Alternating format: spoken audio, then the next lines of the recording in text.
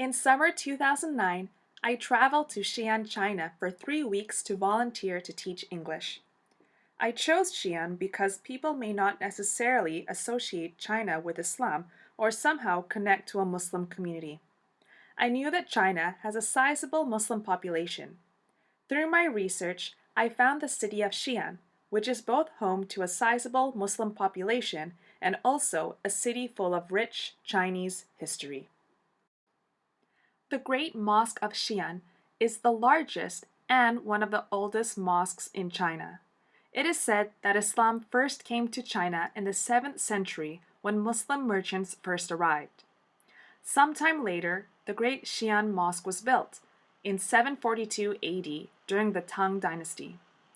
Xi'an was the capital of the Tang Dynasty at that time. The Great Xi'an Mosque is located in the Muslim quarter of Xi'an, where a large number of Muslims live. In the Muslim quarter, there are a variety of delicious street food as well as souvenir shops. This is the hub of the Muslim population in Xi'an, where many Hui Muslims live. Here is a short clip of the Muslim quarter. I apologize for the bad quality of this video. It was taken about 11 years ago. In the Muslim quarter, you will notice that many of the shops have their signs in both Chinese and Arabic.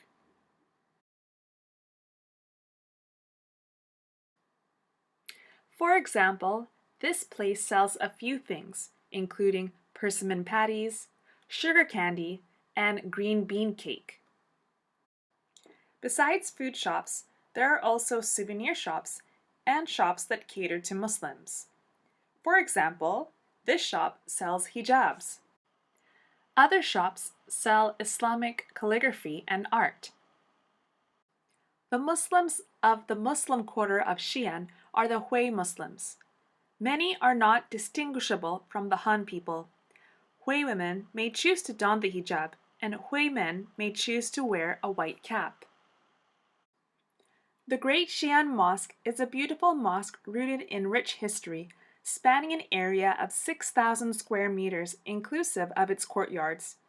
The Great Xi'an Mosque merges traditional Chinese architecture with Islamic functionality, as with many other Hui Chinese mosques. The mosque has several courtyards, each encompassing a key monument. One of the courtyards contains the prayer hall, pictured here, which can accommodate up to 1,000 people. The mosque is lined with both Chinese and Arabic calligraphy, making for a unique blend of cultures. In the following pictures, we can see both Chinese and Arabic written together.